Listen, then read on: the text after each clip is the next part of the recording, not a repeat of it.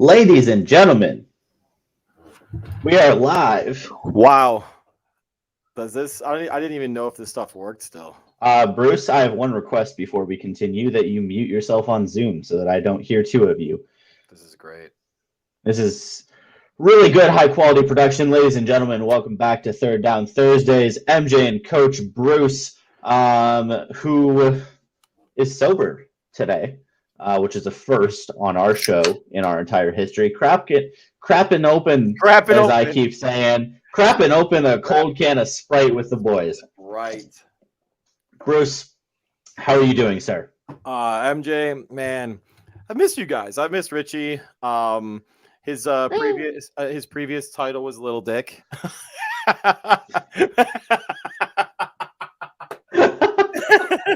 Sorry, Richie. I don't know where that even came from. I'm sorry. Poor guy. His name is Richard. What do you think? Oh, it's true. What if we called you Little Richard? Yeah, Little Richard. Oh, Little Rich. That's such a dick move. He's embarrassed. He's embarrassed. Poor guy. All right, but we're starting anyway. Off the show. Hey, we're starting 2020 or 2020, starting 2022 off right.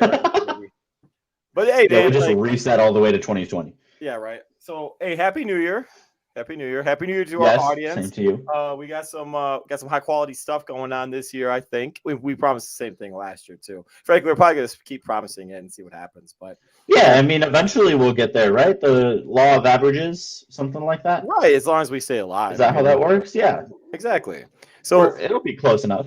All right, dude. So what's new with you, man? Like, I'm in basketball season right now, so it's just been absolute like go. Yes. Well, I got engaged and graduated college, and then let's go. Yeah, that's what I've been up to for the most part. Other than that, I'm just hanging out. I obviously don't have school to deal with now, so I'm just working, and hopefully we can settle into a little bit of a routine here and get rolling and cause some trouble in 2022. So I am excited. I like it.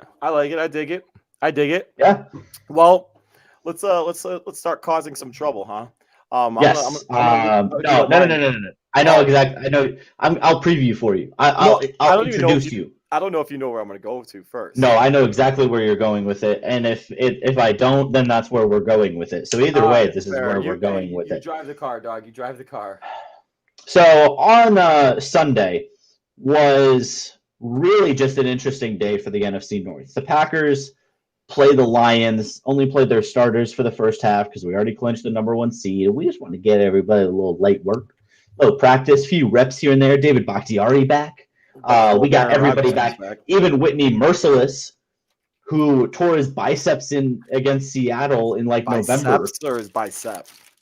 There are multiple muscles in your bicep, Bruce. You should know that as a physical education major. There's a long head and a short head. Yes, he tore both. And he returned to practice today and is designated to return from injured reserve. The Green Bay Packers are getting absolutely everybody back. Detroit Lions look good. They beat the Packers, had a lot of trick plays. They threw everything out there. Minnesota Vikings, they look great. They still fired their GM and head coach, which is a very good decision. And then there's the Chicago Bears, who looked like absolute trash in Week 18. The Red Rifle was there. And that's really the only thing good you had to say about that game. They were up big in the first or second quarter, I believe, and then it all went downhill as their season did. So on Black Monday, the Chicago Bears fired good old Ryan Pace, good old Matt Nagy. It was a tenure for sure, and there were a lot of it. They played some games, didn't win many.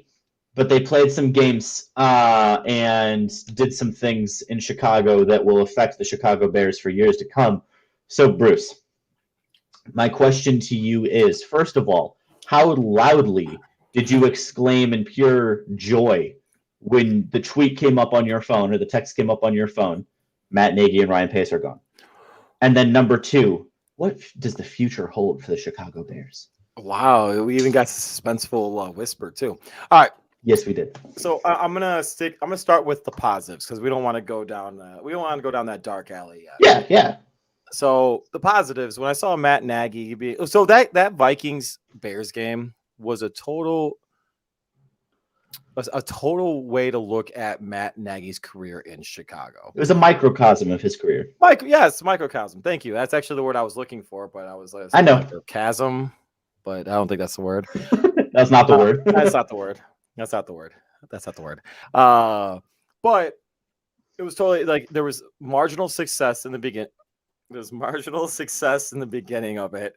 And then after that, once the Vikings made adjustments, because guess what? They have a better coaching staff than the Chicago Bears do. Suddenly it was all over. And then you have Eddie Jackson getting beat on a deep pass, not knowing where a receiver is and not getting his head around. And then like, it was just, I don't know. It was just a very, very, I don't think the team quit on Matt Nagy at all, because that's not the case whatsoever. I just think that Matt Nagy is just not a very good leader of men. And that's totally hold on. And that takes wait, I'm calling myself out on it.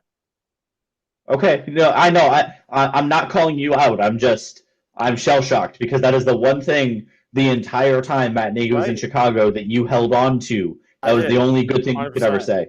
So my thing is he's very good at. He didn't lose the locker room. That's the one thing. Okay. It wasn't Mark Trestman-esque. The games, watching them, they were Mark Trestman-esque. But it was brutal. But on the bright side though, he didn't lose that locker room. All right, told you. I'm doing sunshine rainbows right now. Okay, I even got gummy bears right now. I'm eating. Okay. Oh, I'm so proud of you. You want an apple juice too? I got my Sprite. There you go. Close enough. Oh, man. But man, let me tell you, dude, like I am so glad. Nothing against Matt Nagy as a man. Like good luck. I hope you have success wherever you go. But fuck yeah, I am so glad that bitch is gone. It's like one of those breakups where like in the beginning you're like, this is cool. Like, we got Santa's sleigh for like, like this is a great cupcake, Santa's sleigh. And then we have like another treat. Oh, here we go. We have like, I don't know, freaking Bing Bong, like sitting right here, giving me something else. Like, because you know how Matt Nagy had all these like elaborate names for his offensive play calling and stuff like that. Oh yeah. And then suddenly it decides to take a turn. And that turn was I think he called an Uber and Ryan Pace showed up and picked him up in that car, and they both drove and were together in making amazing decisions that made this team fucking terrible. And I'm telling you right now, Mitchell Trubisky, I was right. It was never you, buddy. It was never you. Okay. No, I don't know about that, because he's currently backing up Josh Allen. So if he was that good, you really don't. Candidate. A top 5 MVP candidate. Wait, you're calling Josh Allen a top 5 MVP candidate? Is he a top 5? Oh, let's see. We got they barely won the AFC East. Brady, we got Rodgers, we have. I would put Derek Carr above Josh Allen. I would actually put this. Yeah. Well, I would have to look at the stats and get about it. Anyway, so go. No. I'm not going to run past that real quick.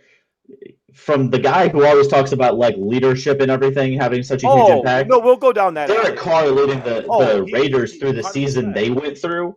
100%. That's the one time that I will 100% be like, leadership gives you at least one MVP vote. Anyway, continue. That's fair. No, and I like that. That's actually well thought out. That was well thought out. I like that. But does Harbaugh go to the Raiders, by the way? Oh, I would actually really like that. Does Harbaugh go to the Raiders? We'll get to some coaching vacancies later, but I actually really like that. I really like that. So, anyways, where was I going? Oh yeah, Matt Nagy, Ryan Pace driving in the same car and making a wrong turn. Go figure. Absolutely brutal, absolutely terrible. How bad is Matt Nagy's confidence shot when he's walking up to George McCaskey when McCaskey's saying, "Well, I am just a fan. I do not make the football decisions, and I am just a fan." But I was perplexed when Matthew came into my office. Come on in, Matthew. My puppy wants to come too. Matthew, walk in. Yes, Matthew. Mr.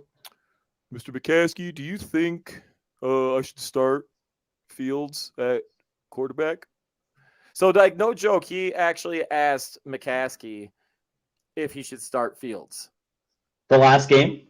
No, period. Halfway through the season, I guess he came into the office. Like, it was I was listening to the press conference, and he legitimately asked McCaskey, who admittedly, I'm not a football guru.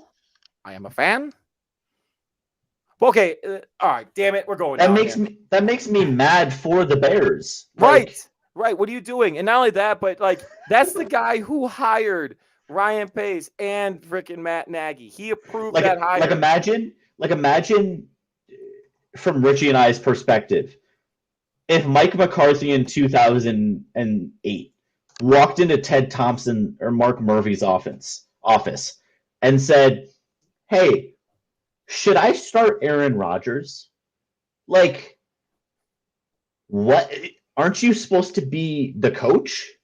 I understand there's some pressure, but normally it would be, McCaskey walking into Nagy's office saying, "You need to start the young guy, Justin Fields," or this is not the other way around. Well, especially if you consider the baffling. Fact, if you think that this quarterback is going to be your savior for your job, damn right you should have started him. Period. End of story.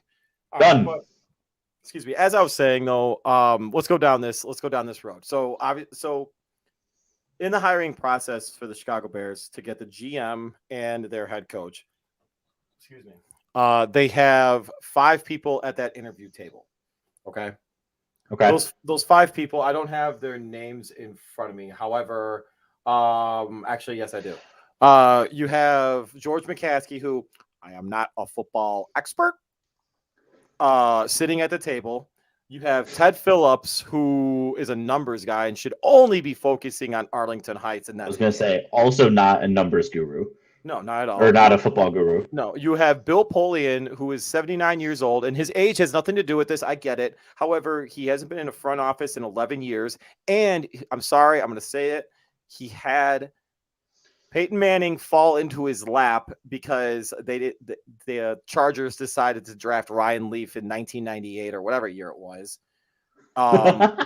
Additionally, you have what's his face? Lamar Soup Campbell, who is a kind of like a player rep for the Bears, like a kind of a in between the office and the players. And you have I'm sorry, I misplaced her name, but I'm sorry, here it is. So the Senior Vice President of Diversity and Equity and Inclusion, Tanisha Wade. None of these people, and I'm sorry, God bless all of them, but none of these people, and correct me if I'm wrong, have been on a football field before. Bill Polian, possibly. I don't know if he's ever played football before, but at least the dude has been around football and he knows what championship football looks like. No, anybody else, not at all. So why the hell? Why do you and why are you outsourcing and having Bill Polian as a special assistant or a special advisor, to a decision that he can say, I think you should pick this guy, and he can collect his checking bounce with absolutely no accountability whatsoever? Why is that okay? That doesn't even make sense. And this is the reason why you have a franchise in Chicago that is significantly behind the one up north, because they actually have people, like him or hate him, people in their front office that actually know their shit, and they set up advanced scouting departments, they set up advanced metrics departments, they set up analytical departments, they set up just different areas that are advancements in football, in any kind, in scouting departments, and whatever. It's just so disappointing. I was so happy when I heard everything that they fired Pace, fired Nagy. I was pumped up. I'm like, yeah, let's go. Let's bring some new people in here. Like right now, the Chicago Bears are at the most important spot in their franchise history ever. You have a young quarterback. You have a new GM. Or potentially a new GM coming in. You have a new coach coming in, and you have a new location that you could possibly be in. Like the decisions that are made right now for the Chicago Bears in this franchise currently in 2022, these are the most important decisions in the Chicago Bears history. That's it. So I have 2 things to say, and then we'll move on. First of all, to your point, that's correct. To your point about the difference in the scouting departments, the analytics between Chicago and Green Bay was the example you used. Let's just put it in this light. Let's take the veteran additions Green Bay has had in the last year. If you take them off of the Packers, put them on the Chicago Bears, what's the difference that makes? Even if you just take, let's say Devondre Campbell and Rasul Douglas, who have both been almost, in some advanced metrics, top 5 at their position in the NFL this year, especially at certain points. You take them off the Packers defense and put them in Chicago. What difference does that make? So, it just has to do with, I think there's a big culture change that needs to happen in Chicago. That's not going to be a short process. No. That's going to be minimum. It's normally a 4 to 5 year process. So I agree. This is a turning point, but it's not going to be quick. And it's not something that a new location, a new GM, or a new coach is going to do overnight. The other issue that I have just on like a football level is that realistically, you're going to be starting from scratch very, very soon with just Justin Fields. You have no draft pick in the first round this year. And so whoever is coming in is going to have a real tough job. They have a lot of bad contracts, and they have a lot of good players that are not going to want to stay in Chicago. And so honestly, and this is what I want to get to, is if I were to pick a vacancy in terms of GM or head coach that I want, Chicago is nowhere near the top of the list. So right now, because you have nothing proven. You have no proven ability for success. Defense. And everything. And even that's everything. Even their defense this year wasn't very good.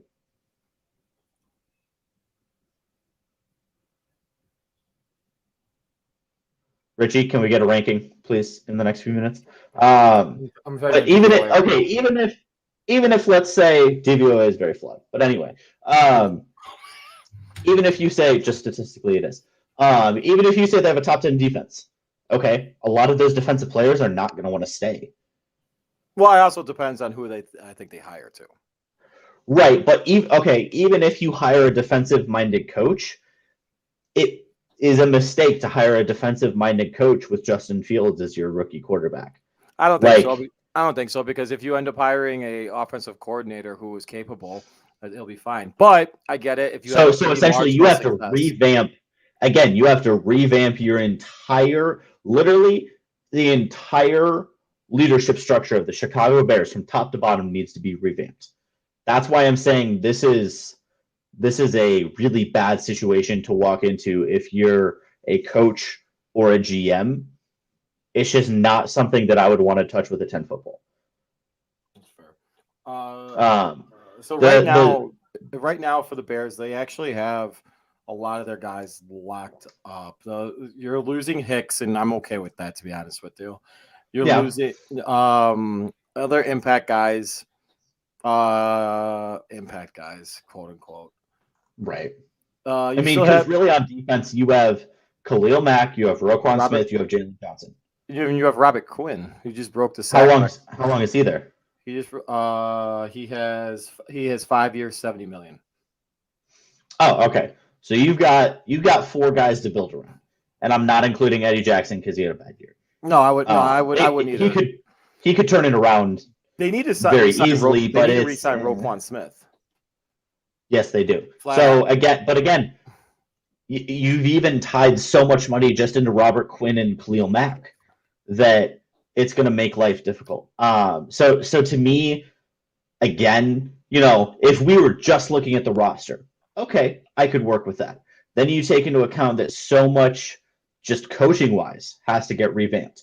That's one piece of it. Then we go into everything that we've well documented in the organizational leadership and everything, and that is just a complete mess that I would not want to touch with a 10-foot pole. Terrible. Exactly. If I was an prospective NFL coach and you said, where do you want to go? Chicago is nowhere near at the top of my list. And to be fair, neither is Minnesota. Those are just places I don't want to go. Exactly. I don't want to go to Minnesota. I don't want to go to Chicago. I don't want to go to the New York Giants. No, that might be a worse dumpster fire than the Bears right now. In my opinion. Yes, and honestly, I think the best place, and I want your input on this because I have a feeling that this one pissed you off. My top spot for a head coach would be Miami. I mean, they were on a 9-game win streak. I don't even know how the hell that Flores was fired. So here's how it happened. Tua Tagovailoa shoot out Brian Flores after their last game, and they chose Tua over their head coach. That's what happened. I heard he was like a lot of players liked him in that locker room too.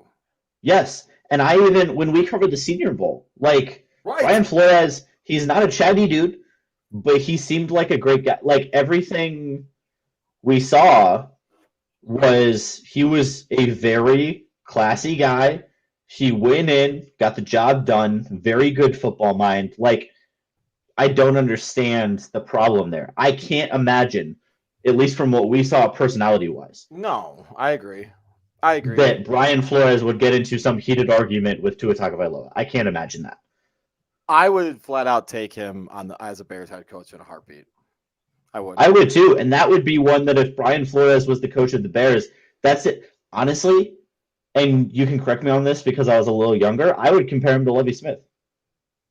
Ooh, I like that. That's interesting. But I think he has a stronger hand, so to speak, than Lovie Smith did. Okay. Lovie Smith, firmer. Yeah, I think Lovie Smith was very much a player's coach. Okay. But I think Flores, and he was very calm all the time too. Lovie Smith was, but I think Flores is a little bit more of a firecracker. But I think that's exactly what the Bears might need. I agree. I wouldn't mind it. Okay, so real quick, now that like the juices are flowing a little better now, how about the conversation, or how about the fact that McCaskey ended up calling out Olin Kreutz for what Kreutz said in an interview? That was so stupid. Like what are you doing? You're calling out a future Hall of Famer, first of all. And to be honest with you, it's not making me feel like, okay, dude, you're trying to relate to fans by saying, I am just a fan. You're trying to relate to the common folk. And then you're also trying to fucking say some bullshit about Olin Kreutz saying, "Oh, Olin knows what happened, and I think I take with what Owen says with the grain." Did you see his response on Twitter? He was like, "I bet George doesn't even know that I train half of his players." Well, I didn't see that, but I did see his other response on Twitter saying that if George McCaskey hates me, that's a good thing. I must be doing something. It was something like that. I'm paraphrasing, but I love that. Like, what are you doing? You're already putting more and more. You're putting more and more Chicago Bear fans against you. That's exactly what you're doing. Honestly, go for it. Get that man out of there. I love Olin Kreutz, dude. I think he should be a part of the process, dude. Why not have like a committee filled with some players? Well, it's just like my dad used to be a teacher, and whenever they would hire a teacher, they would make a hiring committee, and it was comprised of different people from different departments. Usually, let's say they were hiring in the history department. You'll have a younger history teacher, a older history teacher, and you have a couple administrators, principal, whatever, right? You have people, you try to get people with different viewpoints. And again, go for it. Have a diversity and inclusion person on there. Have a players rep on there, blah, blah, blah. But how about have a player like Olin Kreutz, like you said, that has, a pulse. He trains a bunch of the Bears players. He knows what they need. And so if you want to get a guy who knows exactly what the Chicago Bears need, that's it. I 100% agree. I'm just super. Yeah. I'm just absolutely tired of the same repeated process, and even the Bears players are. If you like Lance Briggs talks shit about it. If you see like Olin Kreutz talks shit about it. All of them do. Like Patrick Manley, the longest tenured Chicago Bear in history. He's a long snapper, and even that motherfucker is like, what is going on? I don't know. I don't get it. I would pay to see Pat McAfee rip on the Chicago Bears. I just feel like that would be entertaining. I don't. Oh, let him go. I just feel Let like him go that would at be a him. good time. Let him go at him, dude. I would love to see that shit too, because he ripped on the Colts the other day, his former franchise. He's like, really? You have to go into Jacksonville and beat the worst team in the NFL, and you can't do that? He literally said, he's like, you don't even deserve to be in the playoffs if you can't beat Jacksonville. So no. I would love to hear what he has to say about a team that isn't his former franchise. Exactly. Hey, Pat McAfee, what's going on, dude? Shout out, bro.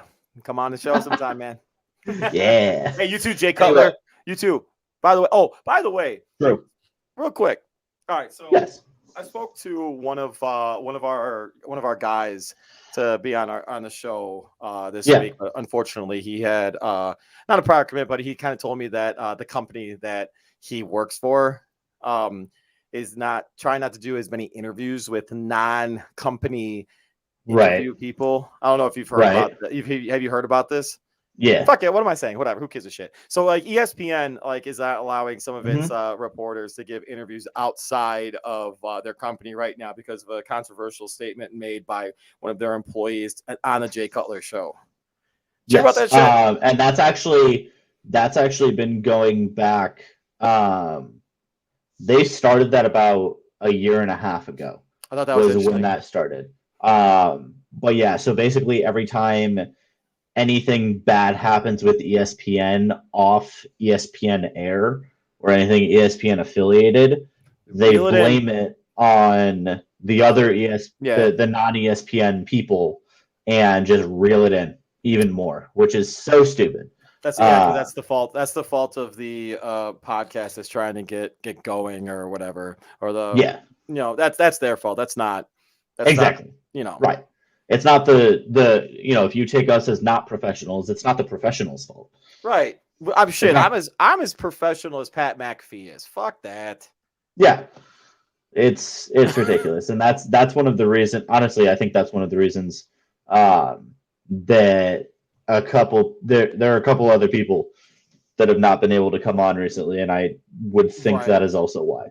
Well, thankfully, we do have confirmed. Well, I might as well let the cat out of the bag with this one. Confirmed for next week, we have Cam Ellis from 670 Score and Odyssey, and Bulls beat writer Rob Schaefer, who is a hot commodity right now, man. Absolute beast. Oh yeah, everyone's sending him like interview requests and messages and stuff like that. So yeah, thankfully he returned to he remembered the little guys. Like I texted him. I'm like, dude. Like, hey man, like I get it. Like the Bulls are number one team in the East, this, that, and the other. But don't are they really the number one team in the East right now? Yeah, they're number one team in the East right now. They're still, even with that absolute beat down in the second half last night, they're still the number one team in the East somehow. They've been they've been really fun to watch, but we'll get on that. We'll start. I mean, I do want to go down that alley a little bit too. Might as well before we start talking playoffs. I might as well, and we do our break. Also, the Warriors are getting absolutely clapped right now.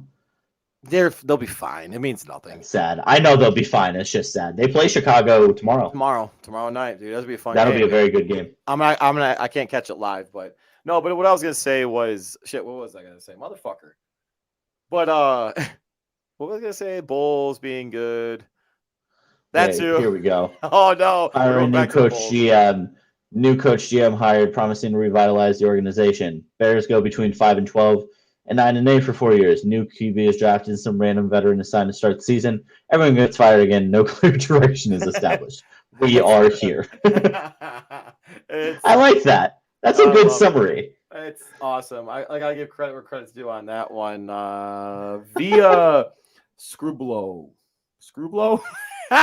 That's a great name. Screwblow. I love that. It's off of Redline Radio. It's good stuff from those guys at Barstool. Oh my gosh, we gotta get some of those guys. That's actually that's some people that we haven't had on yet. We haven't had anyone from Barstool on. We gotta get those guys on. Anyway, actually, we had. We did. Eric You're Stubbs. right. I forgot about that. Eric. We gotta it's get been Eric a while, back but on. yes. But what I was going to say though, real quick about the Bulls before we change subjects, I apologize. So last night was a great job, a great preview to playoff quality basketball.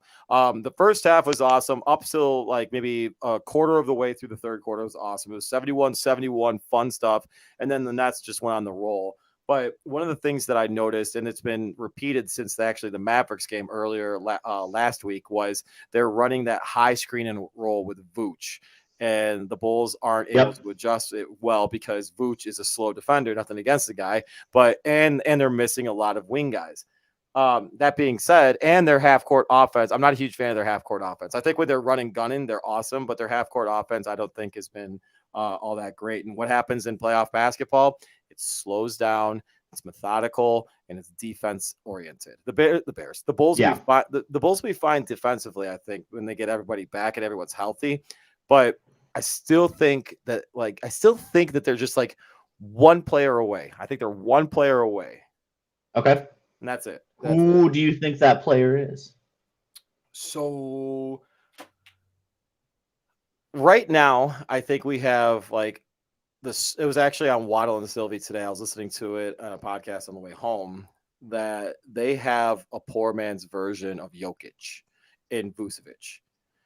Okay. I would love, and I have to double check his contract status, but I would love a Jokic and AK reunion here in Chicago. I think that would be absolutely insane because you're not seeing.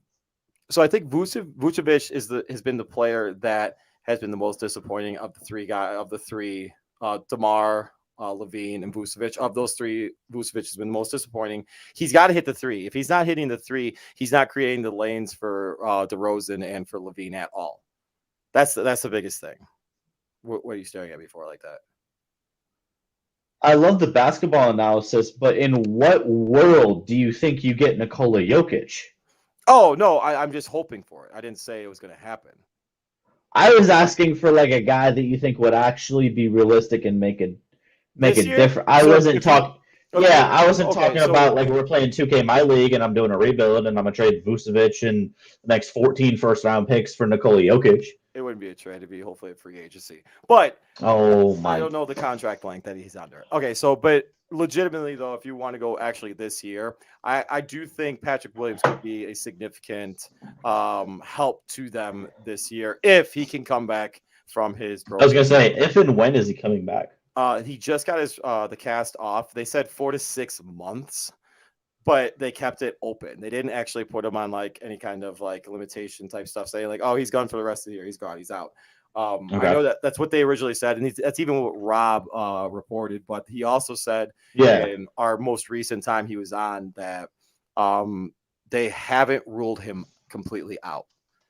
So he's starting to resume basketball activities. So I'm pretty pumped about that. And I do think that he can make a significant impact because you're starting to see something from him earlier in the year when he was healthy. He's super athletic. He's able to guard bigs. He's able to guard guys like Kevin Durant. I want him against Kevin Durant. Kevin Durant's still going to score. He's still going to score his points. But at least at the very least, he's going to make it difficult on him. And I think at least make it a little harder every possession. And I think that's what Jones would have done too last night if he didn't get hurt within 36 seconds of the game. I don't know if you got a chance to watch the game, but no, I don't watch much basketball that is not the Warriors. But it was actually a good game up until the third quarter. Yeah, that's fair. So what I think is we're gonna run our promo. And then we're going to come back. We're going to break down all the playoff matchups. And that will probably take us a hot second because I have a lot of opinions. We have a lot of things to talk about there, and then we'll go from there. How does that sound? I would expect nothing else from me, brother. Incredible. Richie, if your internet is able and willing, roll the promo. Run that shit! No? Richie? Oh, is he? No. Is he gone? Okay, I'll run it. It's fine. Peoria! Peoria's playing tonight in the heart of Illinois. Fun is taking flight. Peoria's playing tonight. Now I can't shake Peoria off my mind. Peoria plays for life.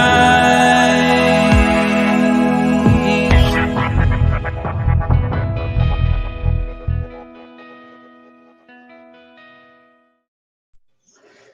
Peoria.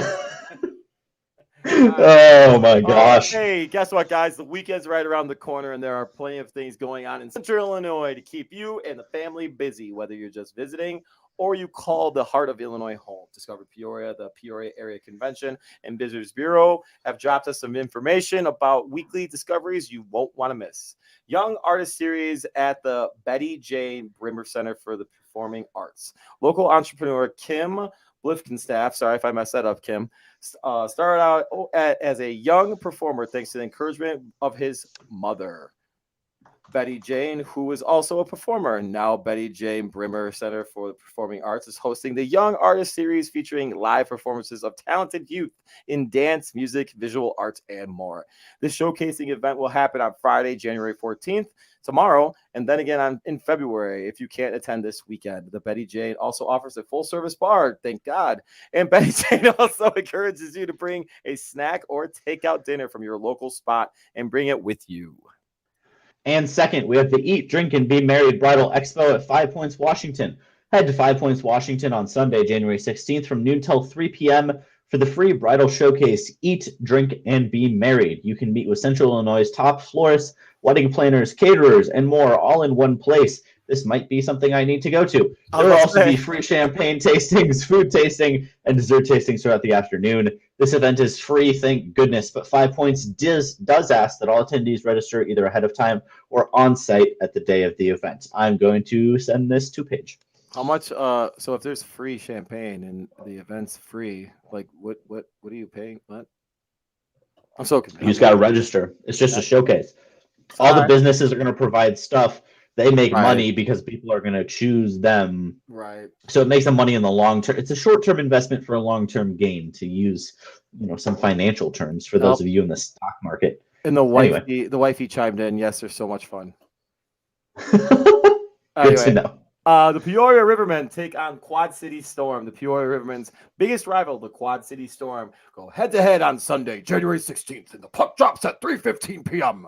These teams will play each other a total of 16 times, in which a short proximity between Peoria and the QC. This will be a fun game with the whole family can enjoy and fights. Make sure that you get to the arena ahead of time to see the Rivermen warm up in their special Discovery Peoria jerseys.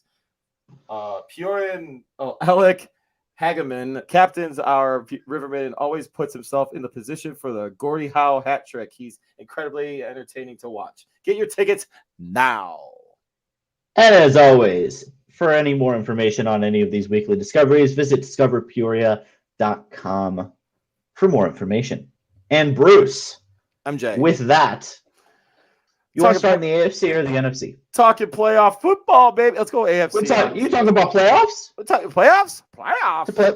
Talking about playoffs? Well, I guess we're starting with Las Vegas versus Cincinnati. Cincinnati 4.5. Over under of 49, which, given the Raiders' defense, I think is a little high. So my first advice is going to be bet the under. But Bruce, what you thinking? Dude, I'm going Bengals 4.5. So first of all, and I want to spend a little bit more time on each of these than just our picks. Fair enough. Give a little bit of a breakdown because we got more time on all of these. Richie's gonna cry. But I also want to give Richie some clips to play with on TikTok and all of that good stuff. Give us a little content to throw out before Sunday. Oh, it starts Saturday. We gotta get to business tonight, Richie. Dude, this is a Saturday game. I love it. I think this Saturday game. First of all, excuse me. Shut up. First of all, 18-game season. Love it. Super Wildcard weekend. Love it. Even better. Because Monday Night Football, dude. Yes. We have Saturday, Sunday, Monday for Super Wildcard weekend. I am a walking promo for the NFL. A few things along these lines. 18-week season gave us the chaotic game that was the Chargers versus Raiders, in which the entire United States was wishing for a tie. Vegas literally fucked. It would have been incredible. Also, I want to say that in 2021, 93 of the top 100 top watched televised broadcasts, NFL games. So anybody who says the NFL doesn't know what they're doing, the one thing they know how to do best. You can question player safety. You can question officiating. You can question anything. Do not question the NFL's ability to make money, because that is the one thing they know how to do very well. They added another week. They changed the playoff format. Everybody's questioning it. Football purists hate it, but they're making money, and it's not going away. I love it. I think it's great. I think it's an awesome format that they're going with. But and with all of that, Cincinnati by 4.5. Yeah, and I think that we're gonna have a surprise. So I think that the Raiders are going to focus a lot of their attention. I think that the Raiders are going to focus a lot of their attention on Jamar Chase. I think T. Higgins is going to have a surprising game. I agree with that, because Jamar Chase has been destroying everyone. First of all, to everybody who said that they needed to draft an offensive lineman, including me, y'all are idiots, because the offensive line is fine. And I love that even Joe Burrow admitted in his press conference after Chase's 260-yard game, he even admitted, he's like, y'all know the meme. F it. Chase is down there somewhere. Jamar down there somewhere. It's true. That is their game plan. You put Jamar Chase in single coverage. It's not. And I'm going to say this, even against Jair Alexander, you put Jamar Chase in single coverage against anyone in the NFL right now. Oh, dude, you throw me up a jump ball. Yeah, Jamar Chase is. Yeah, I agree. So when you have that, you're going to have to double cover him. But then, oh wait, you have T. Higgins, and then you have Joe Mixon, who's 1,000-yard from scrimmage guy. You have so many weapons on that offense. The only question is, can their defense hold up? This is a classic strengthen the offense for Cincinnati, strengthen the defense for the Raiders. I think Derek Carr will make it a closer game than people are giving him credit for. He's the worst quarterback in the playoffs right now. You know Ben Roethlisberger is in the playoffs right now, right? Oh, good call. Yeah, good call. No, retract that. Okay, I just wanted to make sure. I keep forgetting. Also, Jimmy Garoppolo is in the playoffs right now, too. Tom Brady is also in the playoffs. Oh, gosh. We'll get to that later. No, actually, that got brought up because I was on that Australian radio show today, and that got brought up. And the guy was like, "Why do you hate Tom Brady? He's the GOAT." And I'm like, "I'm gonna smack you in the face." You didn't say that. You're a great guy. No, I didn't say that. Yeah, I was gonna say. No, I wanted to though, and I was like, "Yeah, Tom Brady blocked me on TikTok," and he's like, "Oh, that's why you hate him." Crikey! He going to smack you in the face. That was legit. That was probably one of the funnier things he's done. That was legit probably one of the funnier things he's done. At least what made it? All right, so my cheesy ass what made it even funnier by saying, "Put another shrimp on the barbie." Cheers, mate. I was like, "What the hell?" Oh my gosh! Wait, okay, hold on, by the Australians. Hold on, real quick. So you know how have you guys heard of the beer Foster's? Richie, you could jump back in real quick. Have you guys heard of the beer Foster's?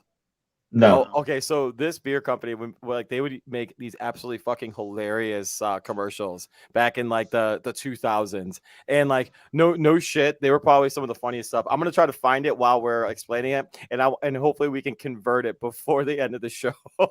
So we can okay. Oh my, you'll both appreciate this shit. Anyway. Okay.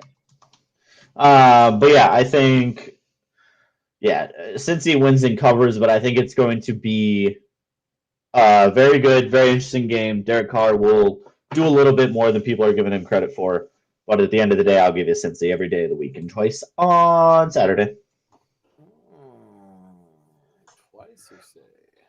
And this is going to be very interesting because it is going to be 1 degree in Buffalo. And if you guys don't remember, the last time that Buffalo and New England played in very cold, very bad outside weather, New England said, "Watch me hold my frozen beer, and I'm going to throw the ball 3 times, run it 43." Freeze, by the way, beer does not freeze. Alcohol does not. That's how cold it is. It froze, Richie. That's how cold it was. It froze. That was the point. I'm glad the joke went right over your head. Anyway, New England is going to win this football game. Josh Allen, the Bills are built around Josh Allen. Josh Allen can't do a dang thing when it's 1 degree outside. They have no rushing attack. The Bills' defense has been great, but they are not built to run over or to get run over 45 times in a game. Bill Belichick going to win this game. Interesting. All right, so did you get a chance to hear Bart Scott's advice to players playing in this game? Take Viagra. Yep. So he said to take Viagra so that way the blood flow is maximized. If you catch my drift there. So so let's have 12 or 22 dudes on Viagra. Just tuck it in the waistband. Tuck it in the waistband. Imagine trying to wear a cup. You're right. Imagine it gives a new meaning to the word it's a play called pistol formation. Yeah. How about that hard count? Well played. Thank you. Also, yes, I could have said Frozen Foster and didn't. It is what it is. Anyway, my prediction: New England wins and covers. All right, so I'm sorry, man, dude. People forget Buffalo and New England have the same record. I find it's super difficult to go against Bill Belichick and what he's doing. I find it super frustrating that the Chicago Bears have not included Josh McDaniels in their search for a new head coach too. He's not going anywhere. He's not going. Even if he wants to be the next in line at New England. That's the thing. Yeah, he's not going anywhere. He even said that he's not interviewing until the Patriots are knocked out of playoffs too. He's not going anywhere. All right, I'll stop like just talking about absolutely nothing and speak to them about the game. I love Josh Allen. At the beginning of this football season, I predicted Josh Allen to win the MVP this year. I still think he's an absolute stud, and it just so happens my huge crush is still on the Buffalo Bills, and the Buffalo Bills are my second. Yeah, Mitchell Trubisky. What up, dog? That being said, I got to go against you on this one. I think the Buffalo Bills win this game, and I think the Patriots cover. Okay, so close game. Bills pull it out. Okay. It can happen. All right, next game, Richie. Here we go. Wait, hold on. Oh no, don't do this one yet. Here we go. Because I don't want. You want to do that? No, we're gonna do this now. Oh, okay. All right, I'll let we're gonna do this now. You First of all, Tampa Bay is gonna smash Philly. Yes, they are going to embarrass them. They are going to eat them alive from the inside out. And it's just going to be embarrassing. They're not using for Jalen Hurts and the Philadelphia Eagles. I really hope not.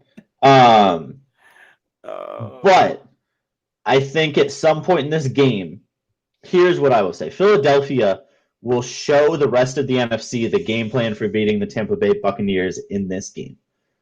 There are injuries on both sides of the football for Tampa Bay, the injuries that are season-ending. They're not getting their guys back.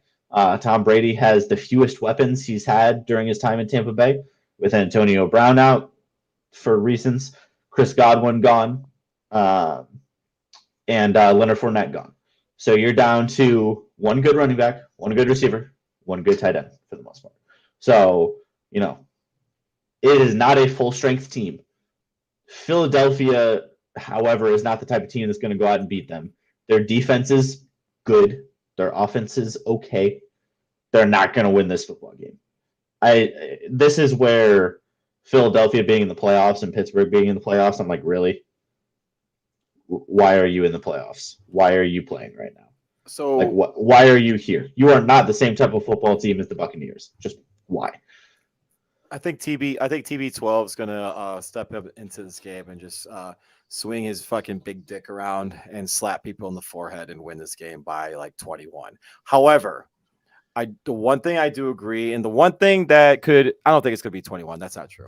But I do think that Jalen Hurts is a player in this game that could make a significant impact against this Buccaneer defense because he's a dual threat. Yeah. He's a dual threat quarterback. He's basically their only option. Do I think that the Tampa Bay wins and Tampa Bay covers? Yes, I do. And it's supposed to be rainy and sloppy too.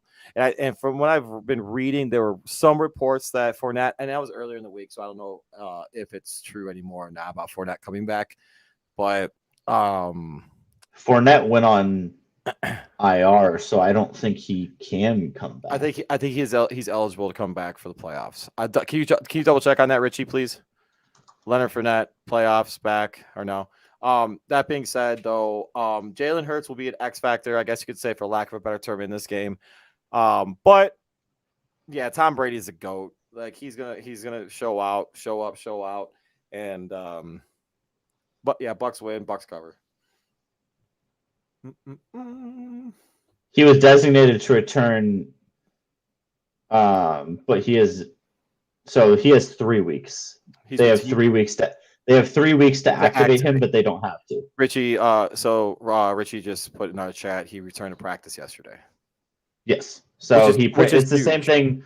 It's the same thing as like Whitney Merciless for the Packers. Right. Returned to practice today and has 3 weeks to come back. But that it doesn't mean they have to activate him. Right. If he's not ready at the end of those 3 weeks, then he's just done for the year. Good deal. All right, next one, Richie. Oh my God. Okay, so real quick. This game harkens me back to the good old days in the 90s when San Francisco. Except it's not going to be a good old days type game. No, and I think Dallas should be favored by a lot more than this. I'm like chewing. Wait, what'd you say? Chewing on a gummy. Did you just say that Dallas should be favored by more than this? Yes, I did. I disagree. Yes, I did. I think Dallas wins this game by like anywhere between 7 to 12 points. No. Yep. You're wrong. I think Dak Prescott's going to go off, bro. No. Yes. No. Richie, clip this shit. No. All right. So San Francisco 49ers are going to win. Did you see what the 49ers did to the Rams? I did see that. That was actually really impressive. Garoppolo played pretty well in that game too. 49ers are on one of the hottest streaks of any team in the NFL. Aside the Dolphins. They are an experienced playoff team. Cowboys choke in the playoffs. That 49ers team, like it or not, given what they've done in the last few years, again, all the crap we may give Jimmy G, our hometown Northwest suburbs homie, he knows how to get her done in the playoffs. At least more than Dak Prescott. What kind of playoff success does Dak Prescott have?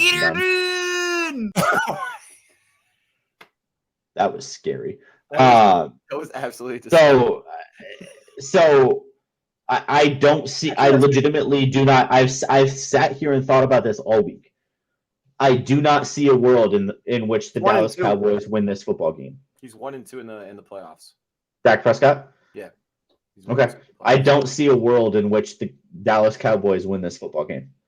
I just don't see it happening. You have a better defense in San Francisco.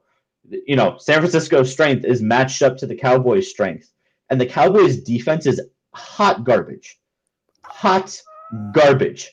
And so you put a offense in San Francisco that is getting more dynamic by the week. All of the 49ers running backs that they wanted coming into this year are back and healthy, other than Raheem Mostert.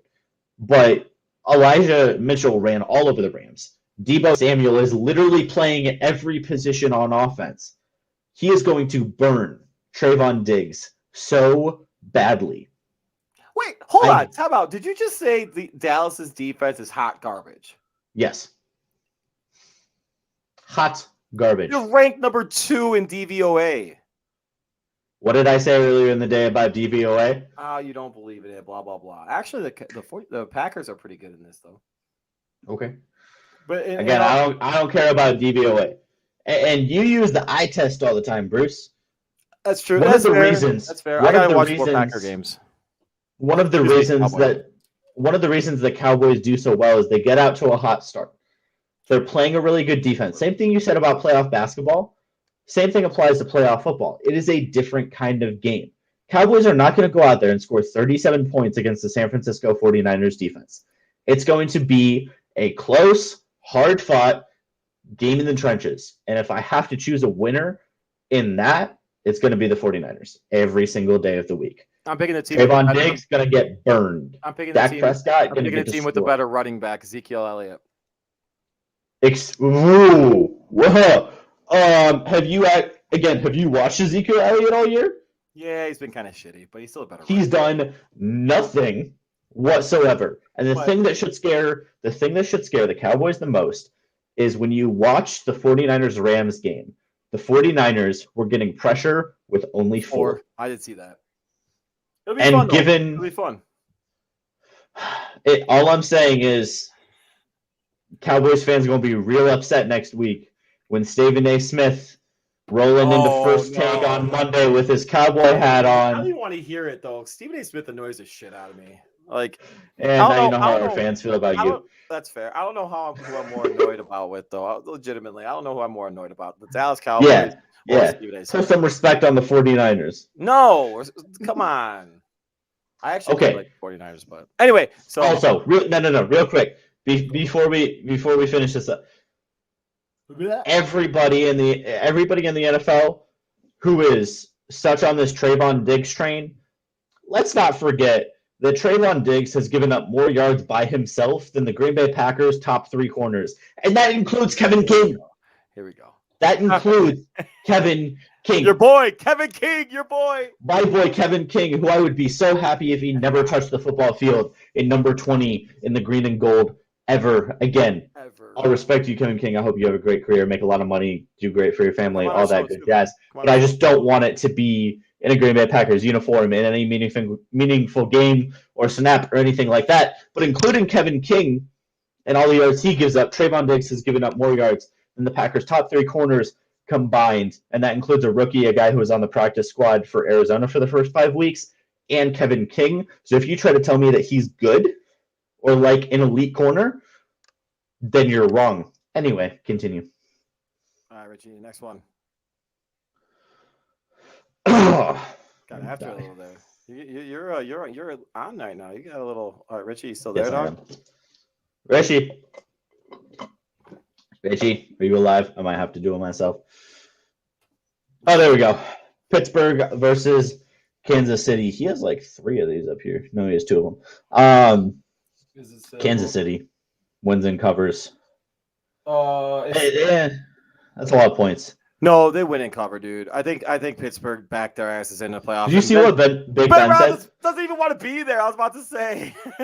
He was like, "Yeah, we don't have a shot." I was like, "Okay." I was like, "Dude, what the fuck?" The way to yeah. Can you So imagine? that's right. So be his teammate in that situation like that, and you're like the only chance though. There's a chance that he's saying that on purpose. Right. He's trying. There's a possibility. Right. I get that. But given the fact that he legitimately thought he was retiring, it is kind of funny. Motherfucker was like already booked his flight and shit like that, and now all of a sudden he's like, he was already on his way to Florida. He got off the plane and he's like, "Dang it, I have to fly back." For real, dude was like, "Man, yeah, no." Short and sweet on this one, dude. I think Kansas City just puts a beat down. Yeah, I agree. Ooh, okay, this one. Are you allowed to do this one or yes. no? Okay. Yes, I can.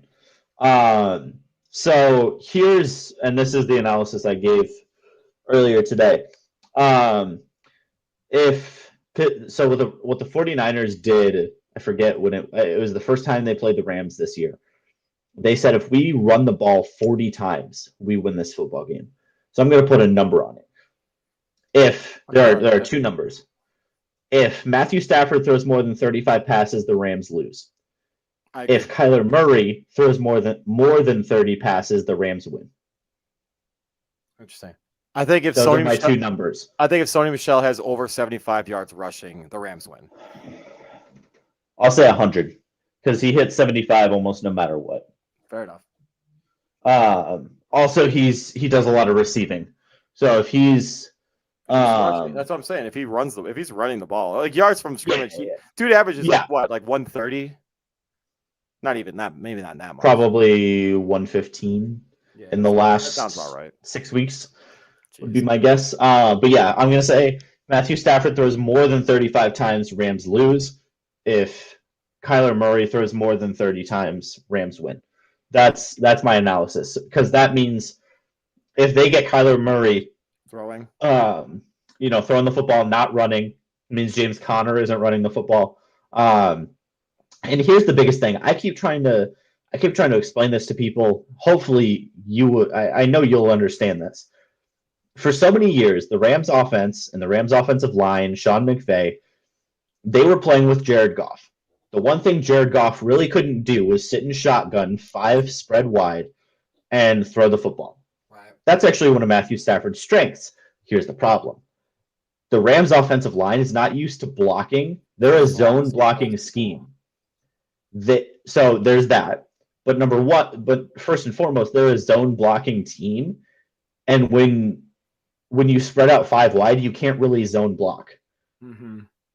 So they're just not used to what happens when the Rams get behind and it destroys them, especially against a front four like the 49ers. So especially when you're possibly going to be facing J.J. Watt and Chandler Jones and a very good front four in Arizona, you have to make sure you're not playing from behind.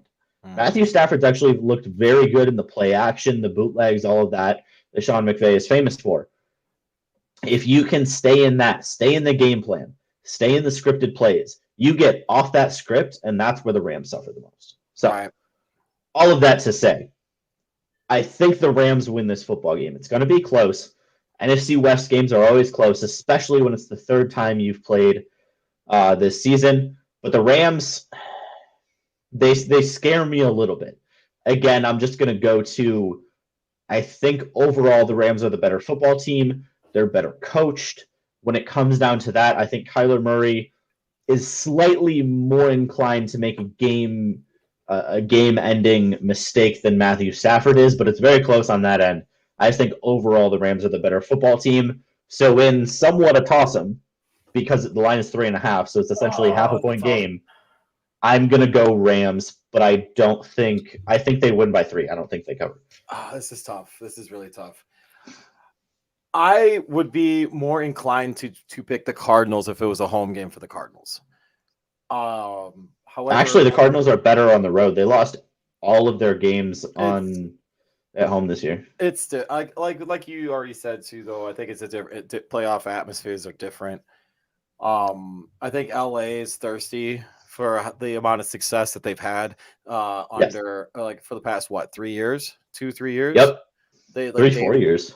Yeah, they've been close, and he's been to they've been to 1 Super Bowl, and how many?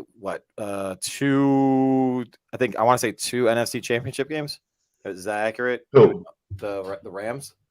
Or is it the Rams have not been to an NFC Championship game other than the year they went to the Super Bowl. Okay, but they've had lost in the divisional round every single year other than that. But I really think I'm gonna go Rams win this game, and I think the Rams cover in this game. Okay. Is that the last one? I believe that's the last one. No, we is it the last one? Yeah, that's the last divisional game. Or wild card game, sorry. We gotta give we haven't given our Super Bowl matchups yet. Okay. I'm gonna be stereotypical here, and actually no. Here's what am I gonna do it? I'm gonna do it. I'm gonna do it. Titans Packers. I'm gonna do it. I'm gonna stick with them. I had them in the beginning of the year. I'm gonna do it. And wow, by the way, what is he doing? What are you doing? He's struggling. It's fine. Don't worry. I'm actually okay. So go back. My whole ADHD thing right there. But dude, the fact that you chose the Titans actually surprises me. All right, so I'm gonna stick with because if they win this first round game, they get Derrick Henry back, and they're winning football games even without the best running back the NFL has seen in the last 5 years. I'm gonna go Bills because I'm gonna stick with my preseason pick. I'm sticking with my I respect preseason it. pick. That's it. That's the thing. I don't want, out of respect for, being consistent. Yeah. Fuck. Man. The best team right now in the NFC is the Green Bay Packers. Correct. Who are also getting back 3 All-Pros. Correct. I know. They're by far the best team in the NFC right now. Team in the NFC right now. So yeah, I don't want to do it, but it's the smart money. I'm gonna say Bills Packers in playoffs. Damn it! I said Super Bowl. I can't believe I said that. It's okay. It's okay, Bruce. Give them away. Just get it over with. Just like Packers win the Super Bowl. Aaron Rodgers retires, please. He's not going to retire. He's going to stay there for another 5 years, sign an extension. Woot, woot.